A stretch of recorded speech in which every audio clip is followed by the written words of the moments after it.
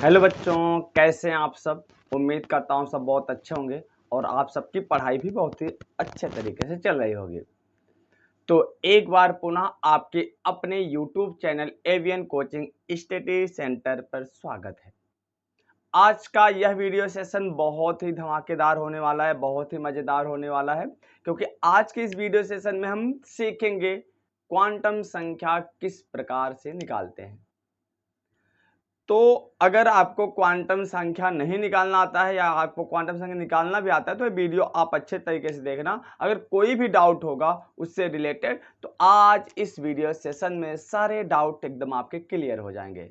तो चलिए हम वीडियो सेशन की शुरुआत करते हैं, सीखते हैं क्वांटम संख्या को किस प्रकार से ज्ञात करते हैं। तो देखिए, सबसे पहले बात उठती है क्वांटम संख्या आखिर होता क्या है। देखिए, क्वांटम संख्या ऐसी संख्या होती है जो इलेक्ट्रॉनों की स्थिति को बताती है, उसकी ऊर्जा को बताती है। अब देखिए, स्थिति और ऊर्जा को बताती है कौन? क्वांटम संख्या। माने क्वांटम संख्या ऐसी संख्या होती है जो इलेक्ट्रॉन की स्थिति और उसकी ऊर्जा को बताती है। जैसे मान लीजिए कोई व्यक्ति है जिसे आप नहीं जानते हैं, सपोज करिए। अगर आप उसके बारे में सही सही जानना है तो पहले उसकी स्थिति को जानना होगा। हर कंडीशन को आपको फॉलो करना पड़ेगा क्रम से। जैसे आप पता करेंगे वह किस देश का है, देश पता हो जाएगा तो आप पता करेंगे किस प्रदेश का है। अगर प्रदेश पता हो जाएगा तो आप पता करेंगे किस जिले का है। जिला पता हो जाएगा तो आप पता करेंगे किस तहसील का है। फिर तहसील पता हो जाएगा किस ब्लॉक का है। फिर ब्लॉक पता हो जाएगा किस गांव का है। और फिर किस गांव का है माने विलेज या मोहल्ला का है। तो फिर अगर गांव या मोहल्ला पता लग जाएगा तो फिर पता करेंगे उसका मकान नंबर क्या है। फिर मकान नंबर पता हो जाएगा तो फिर उसका नाम क्या पता है, तब उसके बारे में हम अच्छी तरीके से जानकारी प्राप्त कर सकते हैं। उसी प्रकार से क्वांटम संख्या होती है तो हमें पता करना होता है इलेक्ट्रॉन की स्थिति और ऊर्जा। इसके लिए पता करना होगा इलेक्ट्रॉन किस कक्षा में है, माने उसका कोष क्या है। अगर उसका कोष पता लग गया फिर पता करते हैं उसका उपकोष क्या है इलेक्ट्रॉन का। उपकोष पता लग गया तो इलेक्ट्रॉन किस कक्षक में है, इसको पता करना होता है। ये पता लग गया तो फिर पता करना होता है इलेक्ट्रॉन की चक्रण की दिशा क्या है, क्लॉकवाइज है कि एंटी क्लॉकवाइज है। इस आधार पर क्वांटम संख्या जो होती है 4 प्रकार की होती है। कई प्रकार की होती है? 4। तो कौन कौन सी? मुख्य क्वांटम संख्या, मुख्य क्वांटम संख्या। वीडियो इसकी बिल्कुल मत करना, आज क्वांटम संख्या आप एकदम अच्छे से सीख जाएंगे। तो मुख्य क्वांटम संख्या, मुख्य क्वांटम संख्या को इंग्लिश में बोलते हैं principal quantum number, principal quantum number. देखिए, प्रिंसिपल क्वांटम नंबर होता क्या है? यह इलेक्ट्रॉन की बताता है इलेक्ट्रॉन किस कक्षा में है, उसकी ऊर्जा कितनी है और इसकी जो वैल्यू होती है, जो इसका मान होता है, वह कक्षा की संख्या के क्या होता है? बराबर होता है। माने जिस कक्षा में है उसी के क्या होता है? बराबर होता है।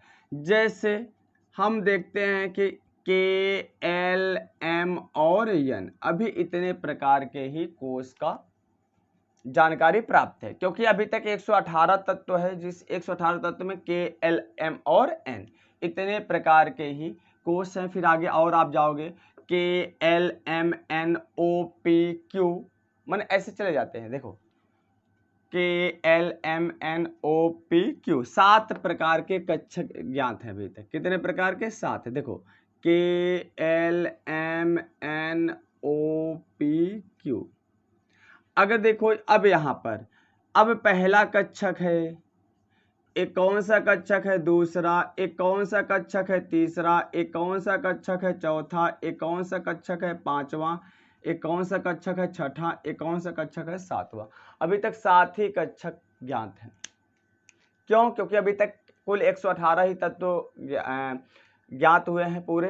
तो उस 118 तत्व में केवल 7 ही कक्षक आते हैं। तो अगर आगे जैसे तत्व की खोज होती जाएगी फिर उसके बाद कक्षकों की संख्या बढ़ती जाएगी। अब देखो n की जो वैल्यू होती है कक्षकों की संख्या के बराबर होती है।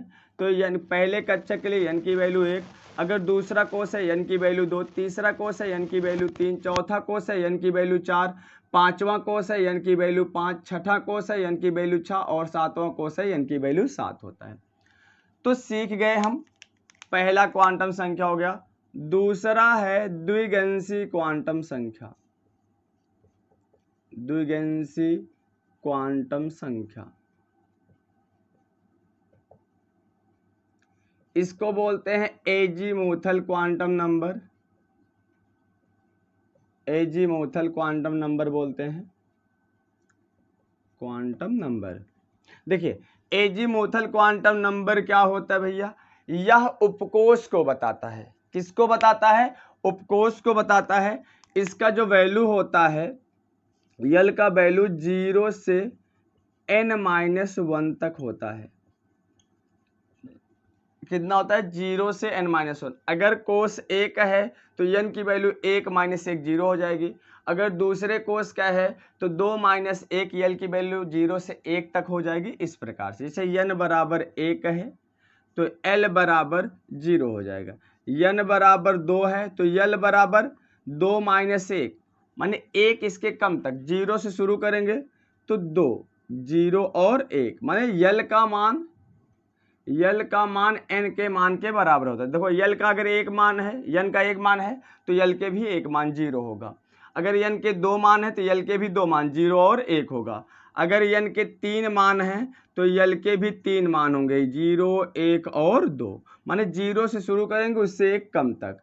और याद रखेंगे अगर उपकोष के रूप में दिया है, उपकोष 4 प्रकार के उपकोष अभी ज्ञात हैं, S, P, D और F।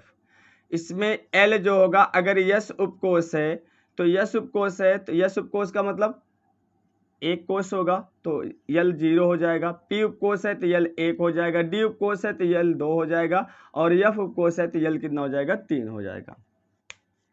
इतनी बातें समझ में आई। अब तीसरा प्रकार का जो क्वांटम संख्या है उसको बोलते हैं हम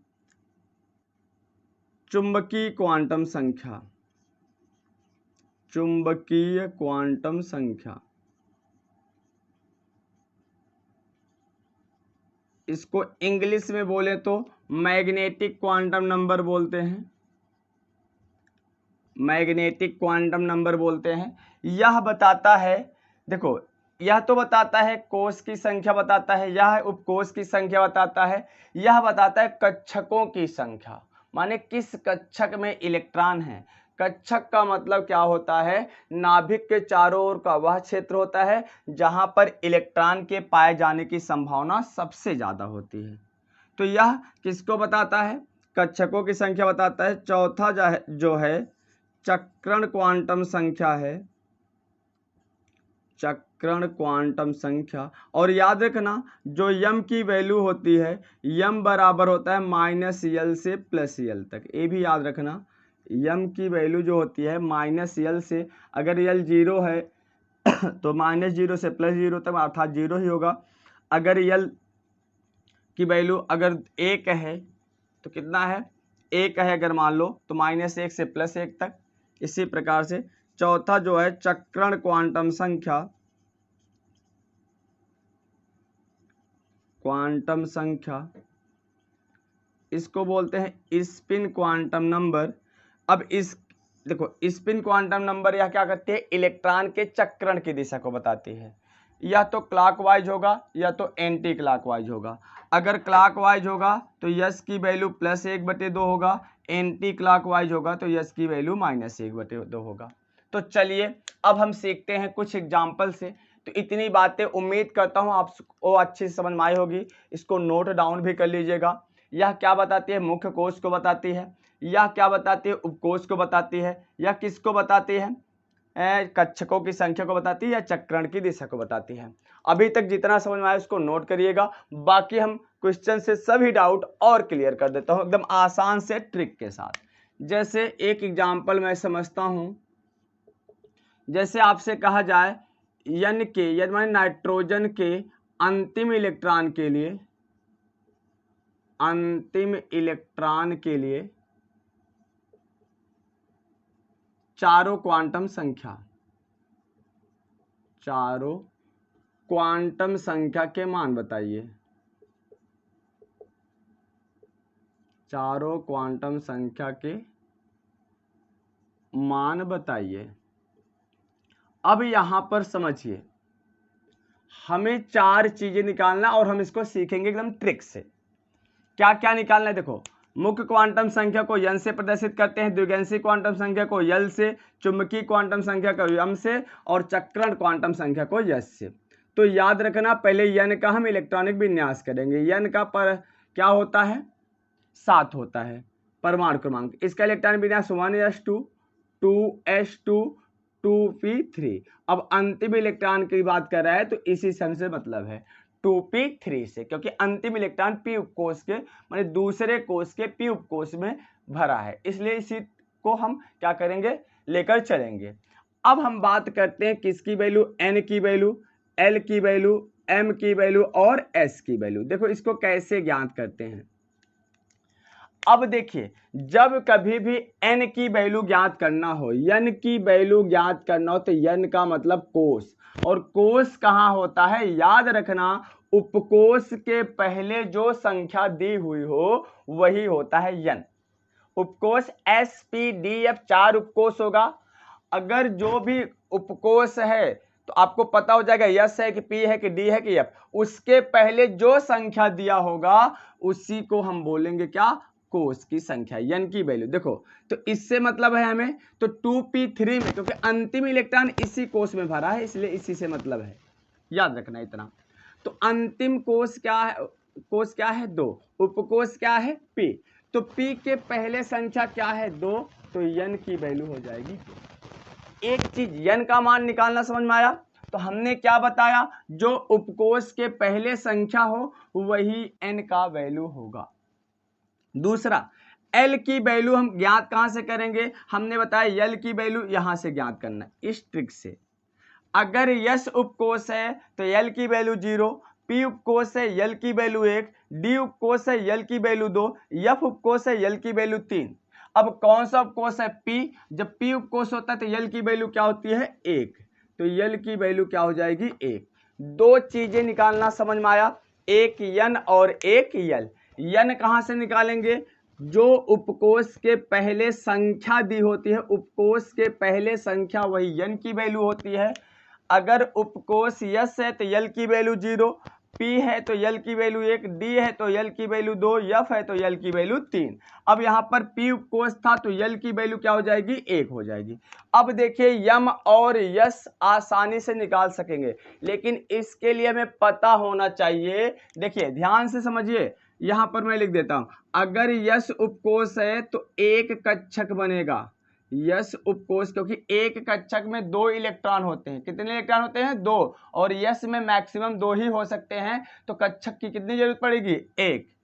अगर पी उपकोष है तो 3 कक्षक की जरूरत पड़ेगी, क्योंकि P में मैक्सिमम इलेक्ट्रॉन 6 होते हैं, तो एक कक्षक में 2 इलेक्ट्रॉन, तो 6 के लिए कितने कक्षक की जरूरत पड़ेगी 3। और डी में मैक्सिमम 10 इलेक्ट्रॉन होते हैं, कितने होते हैं 10। अब बताइए एक में 2 रह सकते हैं, तो कितने कक्षक की जरूरत पड़ेगी 10 के लिए 5 ना, तो हो जाएगा कितने कक्षक 5 कक्षक। और याद रखना यफ उपकोष में कितने कक्षक होंगे 7 कक्षक। क्यों होंगे, क्योंकि यफ में मैक्सिमम 14 इलेक्ट्रॉन, एक कक्षक में 2 इलेक्ट्रॉन हो सकते हैं, एक क्लॉकवाइज एक एंटी क्लॉकवाइज, लेकिन अब 14 है तो 14 अगर एक में 2 रखते हैं तो 14 इलेक्ट्रॉन के लिए कितने कक्षक, तो 14/2 अर्थात 7 कक्षक। तो इतनी बातें समझ में आई। अब कौन सा उपकोष है पी उपकोष में कितने कक्षक 3, तो यहां पर आप 3 कक्षक ऐसे बना लो 1 2 और 3। अब एकदम तरीका आसान से सीखो, तो पहले कक्षक बताओ, अगर यस होता तो 1 कक्षक बनाते, पी होता तो 3 कक्षक बनाएंगे, डी होगा तो 5 कक्षक, एफ होगा तो 7 कक्षक। अब बीच में आपको 0 रखना है हमेशा, जितने कक्षक बनाओ देख लो उसका बीच कौन सा है, बीच कक्षक कौन सा है, उसके नीचे 0 लिख दो। और आप संख्या रेखा पे पढ़े हो तो 0 को जो दाईं तरफ होता है वो धनात्मक, बाईं तरफ क्या होता है ऋणात्मक। अब बताओ 0 के बाद एक कक्षक है तो 0 के बाद कौन संख्या आती है 1, तो +1 हो जाएगी। इतनी बातें समझ में आई। अब 0 के इधर है बाईं तरफ तो ऋणात्मक होगा तो कितना हो जाएगा -1। इतनी बातें समझ में आई, आसानी से समझ में आई होगी। अब एक आध क्वेश्चन से और डाउट क्लियर हो जाएगा।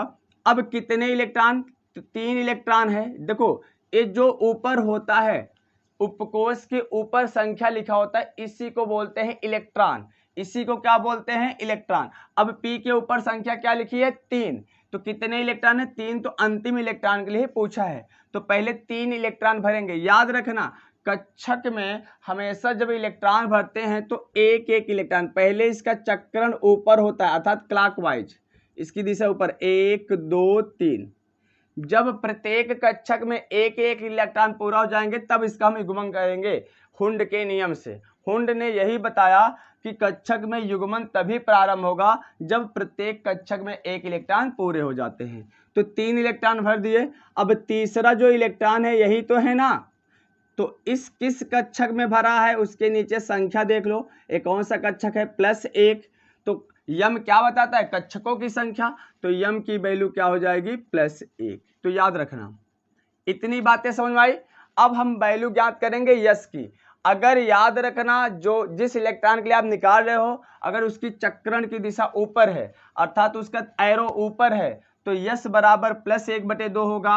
अगर एरो नीचे है तो यश की वैल्यू -1/2 होगा। तो तीर कहाँ है ऊपर है तो यश की वैल्यू +1/2 होगा। इस प्रकार से हम आसानी से चारों क्वांटम संख्या का मान ज्ञात कर सकते हैं। चलिए एक और देखते हैं एग्जाम्पल से। अगर हमसे कहा जाए 3D8 के अंतिम इलेक्ट्रॉन के लिए, किसके लिए अंतिम का मतलब 8। देखो हमने बताया उपकोष के पहले जो संख्या है वो कोष होता है, उपकोष के ऊपर जो संख्या लिखी होती है उसको इलेक्ट्रॉन बोलते हैं। तो अंतिम इलेक्ट्रॉन के लिए चारों क्वांटम संख्या निकालना है। अब ध्यान से समझिए हमें क्या क्या निकालना है, n निकालना है, l निकालना है, m निकालना है और s निकालना है। तो आप लोग जल्दी से कमेंट करके बताओ n, l, m और s की वैल्यू कितनी होगी। अगर समझ में आ रहा है तो लाइक जरूर करिएगा और अगर चैनल से नए जुड़े हो तो चैनल को सब्सक्राइब कर लीजिएगा। अब देखिए हमने क्या बताया, n कैसे ज्ञात करोगे। हमने बताया क्या है आपके पास, देखो 3D8 यही तो है ना इसी के लिए तो ज्ञात करना है। अब देखिए हमने क्या बताया, D क्या है उपकोष है, तो उपकोष यस पी डी एफ 4 प्रकार का उपकोष होता है। उपकोष के पहले जो संख्या लिखी होती है, याद रखना उपकोष के पहले जो संख्या लिखी होती है वही n की वैल्यू होती है, वही कोष होता है। तो उपकोष D है तो D के पहले संख्या कौन सी लिखी है 3, तो n की वैल्यू हो जाएगी 3। इतनी बातें समझ में आई। हमने क्या बताया, उपकोष आपको पता है 4 प्रकार का उपकोष S, P, D और F। अब उपकोष के पहले जो संख्या लिखी हो वो n की वैल्यू होती है, तो उपकोष के पहले 3 लिखा है तो n की वैल्यू 3। अब उसके बाद हम यल की वैल्यू ज्ञात करेंगे। देखो यल की वैल्यू ज्ञात करने के लिए आपको उपकोष तो पता है, अगर यस उपकोष होता है यल की वैल्यू 0, पी उपकोष होता है तो यल की वैल्यू 1, डी उपकोष होता है तो यल की वैल्यू 2 और एफ उपकोष होता है तो यल की वैल्यू 3। तो कौन सा उपकोष है डी। जब डी उपकोष है तो यल की वैल्यू क्या हो जाएगी 2। देखो डी के नीचे क्या है 2 है तो यल की वैल्यू 2। हमें 2 चीजें ज्ञात हो गया, यन ज्ञात हो गया, यल ज्ञात हो गया। बोलो यहां तक समझ में आया। चलिए ठीक है, अब आगे देखते हैं। हमें यम की वैल्यू ज्ञात करना है तो हमें कक्षक बनाना होगा। हमने बताया ना कक्षक, तो कौन सा उपकोष है डी। डी उपकोष में अधिकतम कितने इलेक्ट्रॉन 10, उसका आधा कर दीजिए, 10 का आधा 5, तो जितने अधिकतम इलेक्ट्रॉन उससे आधा कक्षक बनेंगे। तो 5 कक्षक बना लो, 1 2 3 4 और 5। अब देखो 5 बन गया, 5 का बीचों बीच यही तो होगा। देखो 2 इधर 2 इधर तो बीचों बीच यही है, तो बीच में हमेशा 0 लिखा करो। अगर एक कक्षक है तो उसमें केवल 0 लिखोगे, अगर एक कक्षक है तो केवल क्या लिखोगे 0। अगर 2 कक्षक है तो 0, ठीक है, 2 तो कक्षक होगा नहीं, ये तो 3 होगा, तो 0 इधर +1 इधर -1। तो याद रखना बीचों बीच हमें 0 लिखना है। अब 0 के दाईं तरफ क्या होता है, धनात्मक, तो 0 के बाद कौन आता है संख्या, 1 आता है, +1, 1 के बाद क्या आता है, +2। अब 0 के इधर क्या आता है, माइनस, तो -1 और -2, तो लिख लिए। इससे वैल्यू भी पता हो गई, एल की वैल्यू क्या होगी, -2 -1 0 1 और 2, आसानी से। अब हमें क्या करना है, 8 इलेक्ट्रॉन भरना है। तो पहले बताया गया है हुंड के नियम से, पहले एक एक इलेक्ट्रॉन भरो, सबकी चक्रण की दिशा जो होगी क्लॉकवाइज होगी। क्लॉकवाइज माने ऊपर की दिशा। देखो 1 2 इलेक्ट्रॉन 3 इलेक्ट्रॉन, देखो इलेक्ट्रॉन हमने बताया ना उपकोष के ऊपर जो होता है वही इलेक्ट्रॉन होता है। तो 8 इलेक्ट्रॉन है तो 8 इलेक्ट्रॉन भरो, 1 इलेक्ट्रॉन 2 इलेक्ट्रॉन 3 इलेक्ट्रॉन 4 इलेक्ट्रॉन। पहले हर कक्षक में एक एक, तभी जोड़ा बनाओ उसका। 4 इलेक्ट्रॉन हो गया, 5 इलेक्ट्रॉन। अब एक एक इलेक्ट्रॉन सब कक्षक में पूरे होंगे। अब जोड़ा फिर बनेगा किनारे से एकदम, 6 इलेक्ट्रॉन 7 इलेक्ट्रॉन और 8 इलेक्ट्रॉन। अब देखो 8 इलेक्ट्रॉन इस कक्षक में आ गया। मैं इसको यहाँ पर थोड़ा सा कलर कर दूं जिससे आपको पता लग जाए। 8वां इलेक्ट्रॉन इस कक्षक में है। किस कक्षक में है, 0 कक्षक में है। किस कक्षक में है, 0। और यम क्या बताता है, कक्षकों की संख्या, तो 0 है, तो यम बराबर क्या होगा, 0। जो अंतिम इलेक्ट्रॉन आए उसके नीचे जो संख्या लिखी हो वही यम की वैल्यू होती है, याद रखना। तो 8वें के लिए पूछा, 8वां इस कक्षक में आया है, इसके नीचे संख्या क्या लिखी है, 0। अब 8वां इलेक्ट्रॉन क्या है, उसकी तीर क्या है, नीचे। अगर तीर नीचे होगा यस की वैल्यू -1/2, अगर तीर ऊपर होगा तो यस की वैल्यू +1/2। तो इतना नोट कर लीजिएगा। तो आज का वीडियो सेशन कैसा लगा दोस्त, तो कमेंट करके जरूर बताइएगा। अगर वीडियो अच्छा लगा हो तो वीडियो को लाइक करके जरूर जाया करिएगा। आप लोग देख लेते हो लेकिन लाइक नहीं करते हो, तो प्लीज अगर अच्छा लगा हो तो लाइक जरूर करिएगा और एक प्यारा सा कमेंट अवश्य करिएगा आपको यह वीडियो सेशन कैसा लगा। और अगर ऐसे ही हर टॉपिक का वीडियो आप चाहते हैं, एकदम आसान तरीके से हर चीज़ें सीखना चाहते हैं, तो चैनल को सब्सक्राइब करिएगा। अगर आप अभी तक चैनल से नहीं जुड़े हैं तो आप चैनल को सब्सक्राइब करके साथ ही साथ आप प्लेलिस्ट जा कर के देख सकते हैं, वहाँ पर बहुत सारे वीडियो अपलोड हो चुके हैं।